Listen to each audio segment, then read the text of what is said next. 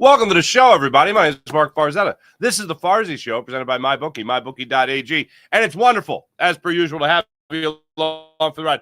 What a weekend for us in Philadelphia when it came to what your Philadelphia Phillies were able to do against the LA Dodgers. Able to take 2 out of 3, while still making us extremely worried. And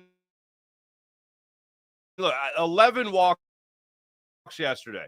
11 walks is amazing. Game 3, 11 was fantastic. But throughout the series, we saw, now it's not just, the third series of the season. It's your first series against the World Series champion LA Dodgers. And if things go as I expect them to go this year for the Phillies, you're going to most likely see the Dodgers at some point in the postseason. You're certainly going to see them again later in the regular season. But it's heightened when you're playing a World Series champion that has only gotten better in the offseason. And yet still, the Phillies last year only lost 1 game to the Dodgers, and so far this year, they've only lost 1 game to the Dodgers while keeping Shohei Ohtani in check through games this time around. I got some major takeaways I want to go through from the series overall, celebrate the guys that really came up in the clutch for the Phillies in that first big series of the season. And then we're also going to talk about some of the guys that cost them some more success against the LA Dodgers. That's what we're going to get into.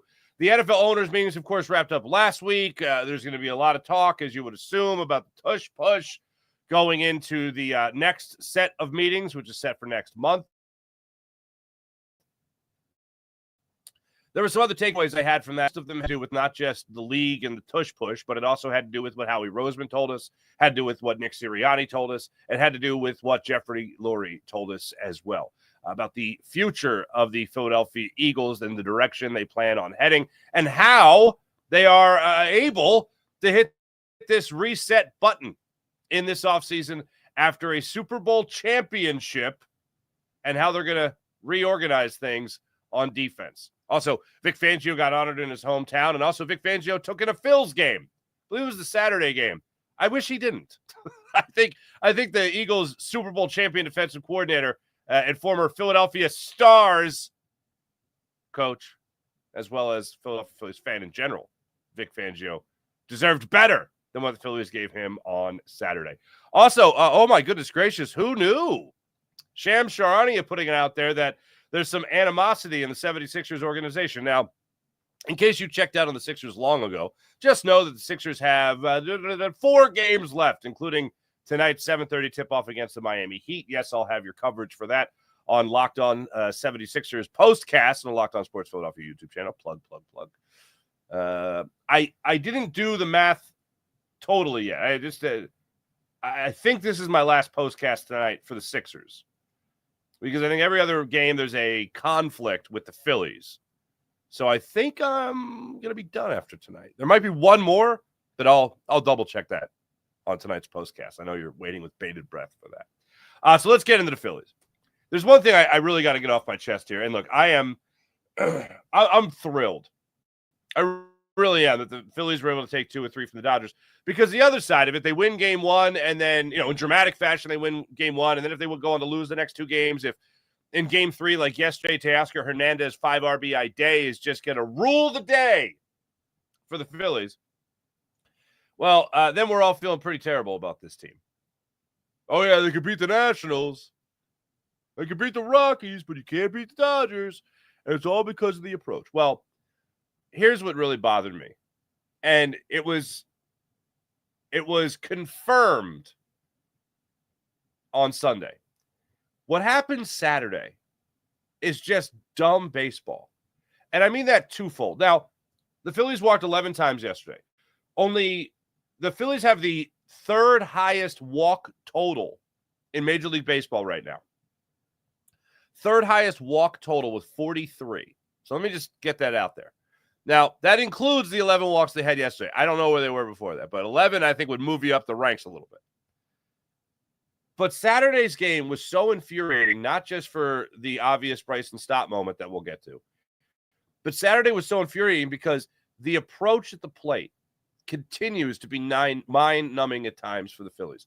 And the perfect example of that is in the same at-bat, Nick Castellanos swings at 2 pitches in the dirt. Later in the game, Trey Turner comes up to the plate. he swings at a pitch that literally has to bounce into the mitt of, I forget who was catching Saturday night for the Dodgers. Like, that's the stuff that's just over-eager, not recognizing the moment. And that's the stuff that drives me crazy. Absolutely crazy. That's the stuff that drives me crazy more so than the swinging at the first pitch stuff. If you liked the Phillies' big 6-run third inning, then you can't be somebody that says, oh, you stop swinging at the first pitch. Because Bryce Harper stepped up there. And although Tyler Glasnow lost his arm slot, lost it all, apparently the weather was bothering him, whatever it was, yesterday, Bryce Harper stepped up there after he walked, I think it was 3 guys, and he took a swing at the first pitch, and it was a curveball that he just barely dropped into the left center field gap. Oh, excuse me, not the gap, the shallow left center field. So jumped to the first pitch. All right, you know what? I didn't like the philosophy, but I like the result. Then, later in the inning, Nick Castellanos steps up to the plate, and what do you think old Casty does? Casty swings at a first pitch and belts a grand slam to left field to give the Phillies a 6-2 lead. That's all first pitch stuff. Now, here's the deal.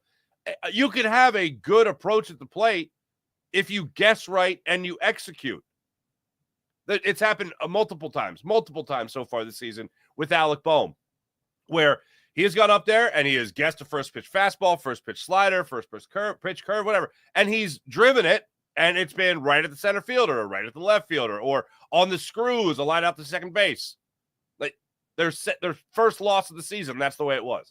So it's still good. There's still a chance where you can have a good approach by guessing right, but horrible execution. Hey, great plan, horrible execution.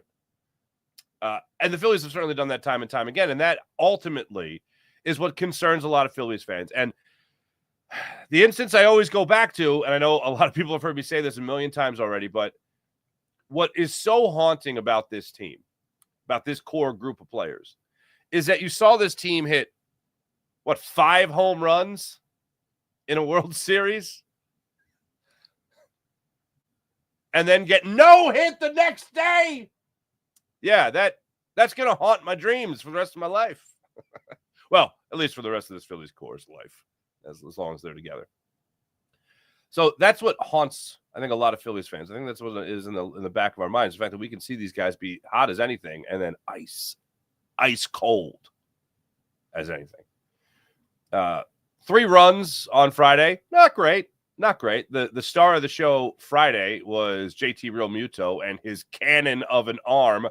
I don't know what scouting reports the LA Dodgers got, but JT Realmuto is pretty good at throwing the ball at second base to get base runners. Shohei Ohtani, first victim. And then Chris Taylor in the strike him out, throw him out, double play on Friday night to get the Phillies victory. Pretty nice. That was edge of your seat stuff, man. Edge of your seat stuff. Loved every second of it. When it comes to the frustration, really all the frustration is surrounded by what happened Saturday. Now, I mentioned the approach with Nick Castellanos and all that. I mentioned the approach with Bryce Harper, Trey Turner, and all that. What really got me on Saturday, obviously swinging at pitches in the dirt is never a good thing. But what got me on Saturday was Bryson Stott going on a pitch on a 1-2 count, 1-run ball game. Or excuse me, full count.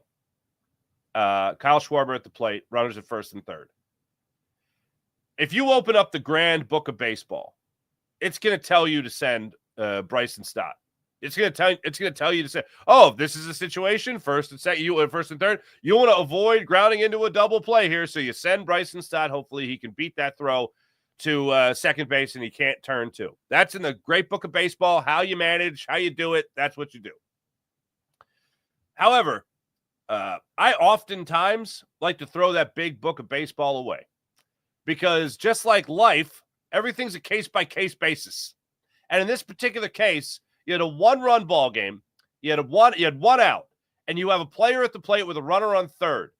A player at the plate that you know can drive the baseball deep. You're getting at least a sac fly. And Bryson Stott takes off. Didn't like the decision. Didn't like it at all. And then I also hated the execution. Because even if you are going to follow the grand book of baseball and Bryson Stott takes off, slamming on the brakes needs to happen the moment that ball is hitting the air. You need to pay attention, son. And Bryson Stott takes off from second base, barely a look on plate. Looks over, too late, then goes, oh, and then looks up, and then he takes another couple of steps, and then we all know what happened. He gets picked off.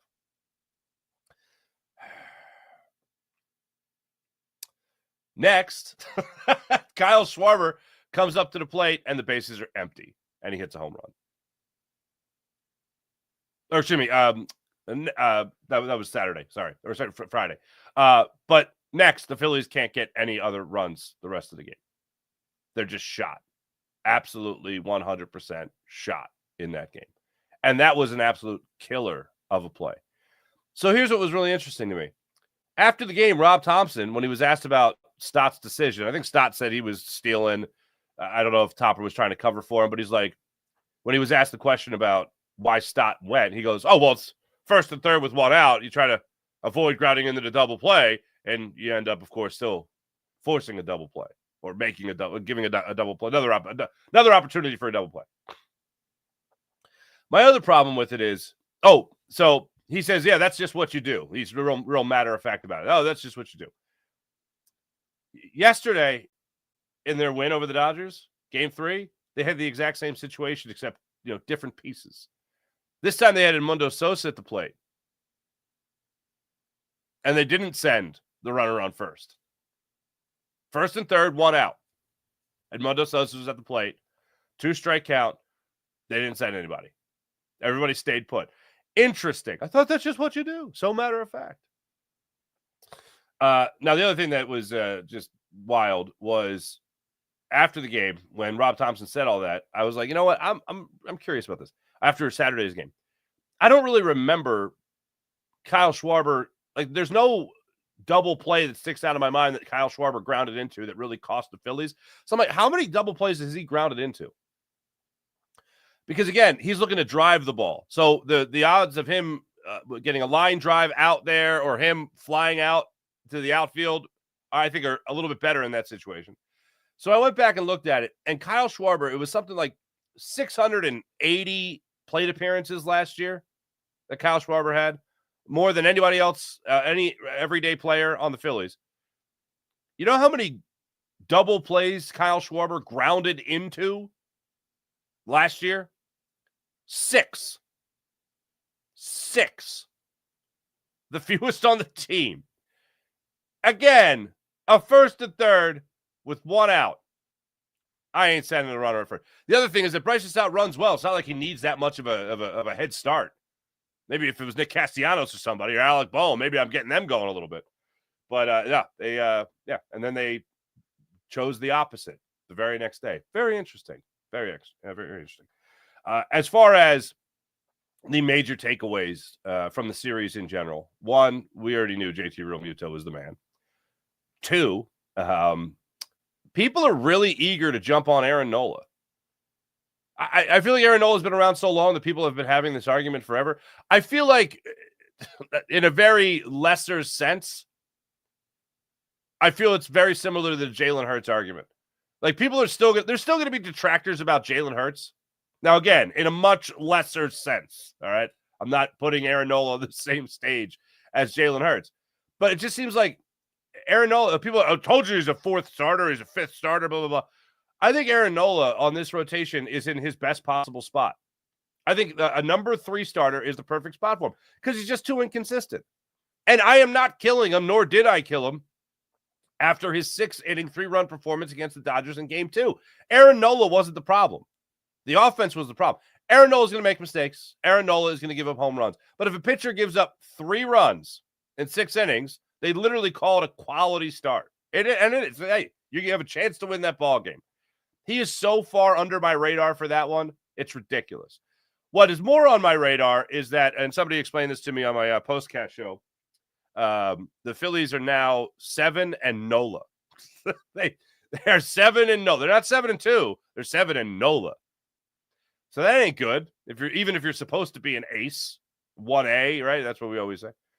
But he's just been too far inconsistent. But when I came to Saturday's game, I wasn't like, oh, Aaron Nola sucks.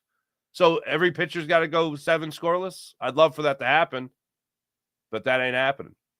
So I think people are really eager to jump on Aaron Nola and tell you. Basically, the way I compare it to the Jalen Hurts situation is people are really eager to tell you they're right in any regard. But my take on Nola for this season is that he is right where he should be, the number 3 starter in this rotation. And I think that's a perfect spot for him. And that's including the decision to go righty-lefty, righty-lefty. That's the decision, and I think it's a good one. But I think it puts Aaron Nola in the best possible spot for him to have success, and also the best possible spot for the Phillies to have success with him as a starting pitcher. So that's him starting Saturday night and not being great was not high on my list when it came to people to rip in the postcast show. So that's the way I look at Aaron Nola. Now, the other thing that I take away from this is Jesus Luzardo just looks like he is on point. He was devastating to the Dodgers on Friday night. That was so much fun to watch, just watching him dominate. The thing that I absolutely loved about Jesus Luzardo, zero fear, especially when it came to Shohei Ohtani. Shohei Ohtani had a bad series. It started with Jesus Luzardo. Jesus Luzardo in his first at-bat against Shohei Ohtani threw him nothing but 98-mile-per-hour fastballs, and Shohei Ohtani could only softly fly one out there to left field as he flew out in his first at-bat, flied out in his first at-bat. After that, it was like a tone was set, and Jesus Luzardo was just dealing from that point on. It was a sight to be seen throughout that game. Offense picked it up a little bit to get you the 3 runs, 3-2 win. That's great. Jason Realmuto's defense was great. But really, the guy that I thought was the star of that show was Jesus Luzardo. Absolutely a phenomenal performance for him. 7 scoreless, 8 strikeouts, was on point. If this is going to be the Phillies 1-2 punch, yeah, you're not gonna have many 3-game losing streaks or anything like that with the Phils, which is great. And then finally, all positive on in yesterday's game against the Dodgers. What I found fantastic was that the Phillies had, they could smell blood in the water, so to speak, on glass now. And when you talk about what happened in that 3rd inning, they just took full advantage of it. And one of the guys that I'm really looking forward to seeing play throughout this entire year, I thought really showed off a good eye at the plate. And it wasn't just the one at bat or one plate appearance, but Rafael Marchand walked 3 times yesterday. And it started in that 3rd inning. He walked on 5 pitches against Glasnow. Then Kyle Schwarber stepped up there. He drew a walk. You get 1st and 2nd with nobody out. Trey Turner steps up there. Good approach by Turner. They get to a full count. Same thing that happened to Kyle Schwarber. Kyle Schwarber actually started as a bat 3-0. He bounces back, Glasnow bounces back to a 3-2 count, walks Schwarber. Then he walks Turner, bases loaded, nobody out. Bryce Harper steps up to the plate, gets that first pitch, hanging curveball that just hung up there long enough as it was being begged. It was begging Bryce Harper to hit it, and he did. He put it into center field for an RBI single. So now you have a 2-1 ball game. Kyle Schwarber then scores later in the inning on a wild pitch during a Max Kepler at bat. Kepler, by the way, he was 3-0, I think, at the time. It was 2-0. Wild pitch, Schwarber scores. He walks Kepler. Nick Castellanos comes up to the plate. Now, here's what is crazy to me. Bases loaded, nobody out. They take Glasnow out of the game. They bring in Vezina, who is a left-handed pitcher. Now, in case you're just watching the Phillies for the first time, Nick Castellanos against a left-handed pitcher, thank you. Thank you. Thank you, Dave Roberts. Vezina comes in. Now, let me just give a stat to you. Last year, Nick Castellanos hit 23 home runs, 13 of them against right-handed pitching. That number right there is just incredible. 23 home runs, only 13 against right-handed pitching. That means 10 in the rare occasion of facing a lefty. Against right-handed pitching, he hit a home run every 34 at-bats. Against left-handed pitching last year, Nick Castellanos hit a home run every 15 at-bats. 34 home runs per at-bat against the righty. 34. 15 home runs per at-bat against lefty. We there? We get it? Okay. So Roberts brings in the lefty to face Nick Castellanos. And Nick Castellanos puts his swing on this baseball. The ball was up in the zone. Actually, it was the same spot that Nick Castellanos actually recorded an out in earlier in the game. But he gets this ball over the middle of the plate, up high, and Castellanos does not miss it. Drills it to left field for the grand slam. And just like that, you have a 6-run inning. Phillies take a 6-2 lead. That was just an edge of your seat, fun inning to watch, because I know most people are like me, where they're watching that and they're not expecting a positive outcome. How are they going to get out of this? Oh, you got watch them get one run out of this. Watch the Harper. They load the bases like, all right, Harper's going to strike out. Whatever. Harper's going to fly out. Whatever. Maybe they get a sac fly RBI. Maybe they'll squeeze out a run here. I don't think anybody had grand slam on the bingo card yesterday, but it happened. So you love to see that. They end up batting around in the inning, 6-2 at the end of it. Teoscar Hernandez gets another home run. It's a 6-3 game. Teoscar Hernandez strikes again later in the game. He just kept on striking. And then this was my favorite part, other than the grand slam. The 7th inning, the Phillies showed some fight because it really. Okay, let me pause this right here. Okay, it really pains me. Like I can't. Like it's really hard for me to say Romano. Okay. With every fiber of my being, it's difficult for me to say. I know that's how he says it. And if that's how the player says it, that's how you got to say it. It reminds me of the Michael Franco thing. Like everyone's like Franco, and he's like, it's Franco. So it's like, oh, that's interesting. I remember Andres Blanco. Remember him for the Phillies? I remember I asked him, I was just like, hey, people are having trouble pronouncing his name. How do you say his name? He's like, well, I'm not Blanco, so he's certainly not Franco. And I was like, that's hilarious. Thank you. But Jordan Romano comes into the game, and it was horrifying. It was absolutely horrifying. Pages, who hadn't gotten a hit, anything close to a hit in the game, he gets to center field. Ohtani goes up there. I don't know what that was. Ohtani goes up there. He works a walk.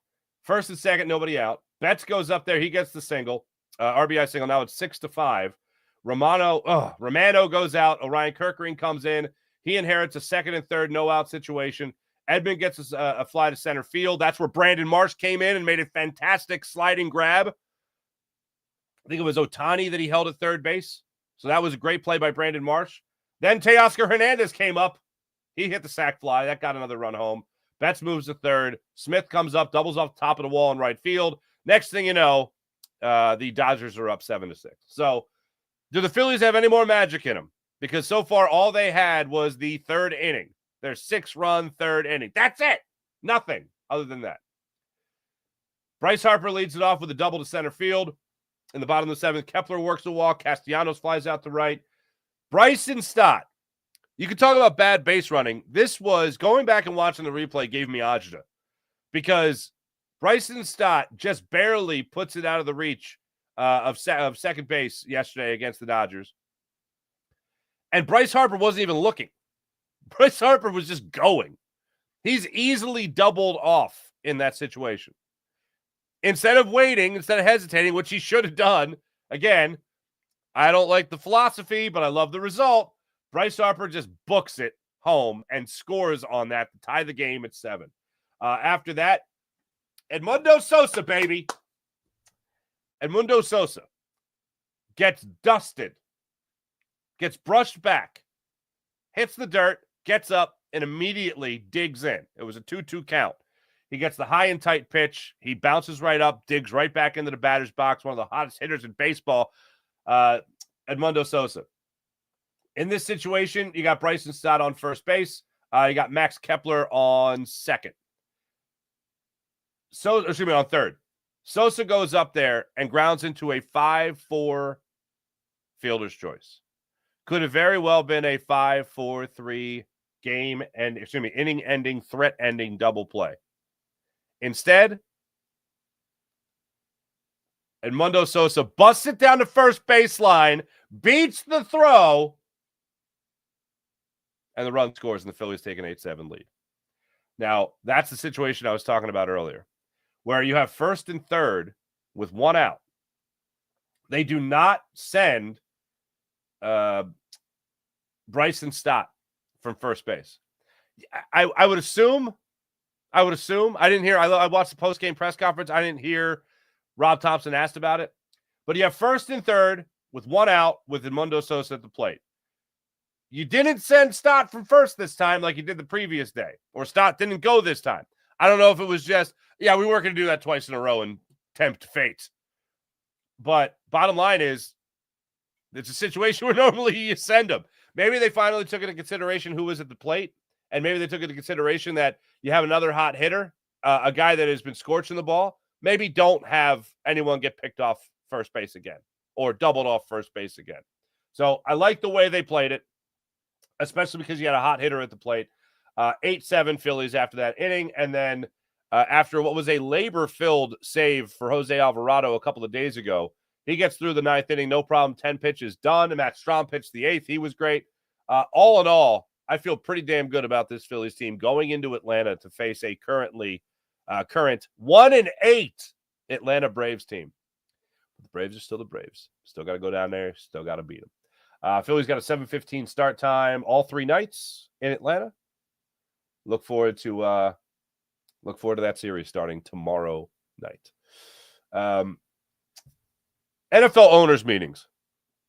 So we talked about that a lot last year. Last week. The tush push is the number one thing people are still talking about. For the life of me, I know everyone is saying it's going to get banned. I know everyone's talking about all the votes they're whipping up. I think they're 6 or 7 votes short now, something like that, to get to the 24. But what I don't understand, and it will really have to be explained to me, is how you can present more evidence when more evidence doesn't exist to shut down the tush push. And the only evidence that's out there, as we played out throughout last week, the only evidence that's out there is it's dangerous. Well, no, it's not. It's not a football play. Well, actually, literally it is. Well, I don't like how it looks. So what? Like, how are we still talking about this? Like, I honestly feel like in my sports talk radio days, like I feel like I'm talking to like a caller who's just pissed off. But that caller who's just pissed off is the NFL. like there's things that like if another team was doing it and people were calling, you should ban that, I'd be like, okay, all right, sour grapes. Look, they run a play really well. Maybe your team should learn how to run. It honestly feels like you're taking one of those calls or reading one of those comments that's just like, what, is this for real? It's not a football play. It's like the basis of a football play. You line up your guys, I'll line up mine. Stop me. It's the most simplistic football play. And I love the Jeffrey Lurie shout out to the forward pass. That looked weird when it started. I'm like, oh, that's actually a good one. Way to go there, Jeffrey Lurie. So, unfortunately, it's sounding more and more like it's going to get banned when they take it off the table and actually discuss it next month. To me, it just doesn't make any sense. As far as away from the rest of the NFL and just the Philadelphia Eagles, I really had this thought running in and out of my brain over the last couple of days. And it was Jeffrey Lurie's comment about trusting Howie Roseman and how they have to always consider the cycle that things go in. And he means basically drafting well, getting good play. Like it all starts there. That's what's so amazing about this. It all starts with drafting well. And this might sound obvious to a lot of people, but the fact that the Eagles can execute, like the NFL knows this. It's not just the Eagles that are like, oh, I believe we've cracked the code.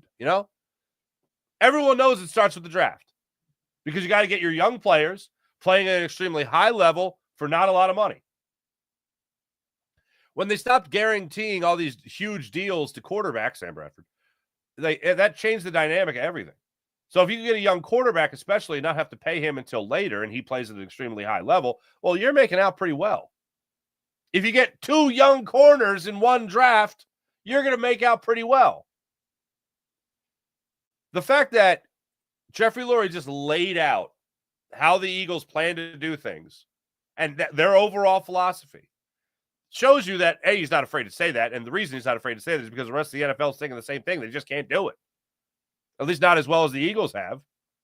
And look, I'm not looking at 2 Super Bowls in 8 years as a dynasty or anything like that. I'm just saying the Eagles have been pretty damn good for a long time. They've had their hiccups, certainly. But their key to getting back to it all starts in the draft and then really identifying talent, Zach Bond being the absolute best case example of this last year, identifying talent that they could buy low and then later, throughout the process, grow them into something more than what they were. You're looking at T.J. Edwards is another example of this. Undrafted. Turned himself into a good linebacker here in Philadelphia. Ended up signing a nice deal with the Chicago Bears. Alex Singleton before him. Undrafted. Comes in here, ends up signing a contract with the Denver Broncos. These guys proved themselves to be NFL players with how they played in Philadelphia. Zach Bond is the giant leap forward compared to the others, but it's the best case example. This is the plan that Jeffrey Lurie put out there. This is the plan that every single front office has. How are the Eagles able to execute it so well? I was really thinking about what really makes them as successful as they have been, especially in the Lurie era, whether it's Andy Reid, whether it was the 1 year of Chip Kelly, whether it was Doug Peterson, and whether it is whatever it is right now, Nick Sirianni. And really what it comes down to is it really comes down to the trenches. And the Eagles will also not shy away from telling you where their bread is buttered, and their bread is buttered in the trenches. That's why you have a guy like Jordan Davis. Excuse me, that's why you have a guy like Jalen Carter. Excuse me, wrong Bulldog. And that's also why you have a guy like Jeff Stoutland just cranking out offensive linemen from Stoutland University. Really what comes down there is the consistency. And before Jeff Stoutland, I mean, you talk about Juan Castillo. My old friend Trey Thomas talks about it all the time, how great an offensive line coach Juan Castillo was. The Eagles build their offensive line up to a point where it is just a damn near dominant force. And they do that through the draft. They did it through a trade with Jason Peters. Like, I think about John Runyon coming to Philly and how much of a change that was. I think about Jason Peters coming to Philly. And then I think about turning a rugby player from Australia into, by Pro Football Focus, the best player in football.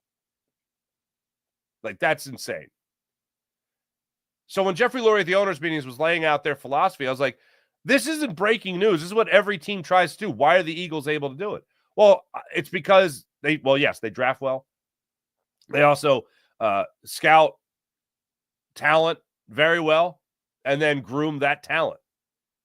And at the same time, they have a guy that you can rely on the offensive side of the football in Jeff Stoutland that they pay like a coordinator to just manage the offensive line. Oh, and also run game coordinator, whatever. And he seems to have no ambition to do anything else. So the Eagles are in a really, really good spot. So when Lurie was going through all of it, I was just like, yeah, this isn't like, I'm not like, wow, I'm blown away by this philosophy. I can't believe he's giving away trade secrets. This is what everyone's trying to do. But the Eagles are the one actually pulling it off, and the Eagles are the actual ones that are doing it. It's pretty spectacular. There we go. It's pretty spectacular. So that's what I took away from the owners' meetings. The other thing, I've asked the question already many times about Kevin Patullo. What made him worth the hire now as opposed to 2 years ago? Like when you hired Brian Johnson, Kevin Patullo was still there. Why? Still want that question answered. It wasn't answered. But I'm very curious to see how much of last year's offense we see in this year's offense. And the charge that I have, if I'm Jeffrey Lurie and I'm Nick Sirianni and I'm looking at Kevin Patullo and I say, all right, this is one thing we got to do better this year to make sure that we get back to where we were last year. And it really doesn't have as much to do with workload as much as it has to do with keeping the defense guessing. I've highlighted many times the 482 touches that Saquon Barkley had last year. That's a lot of touches to bounce back from the next year.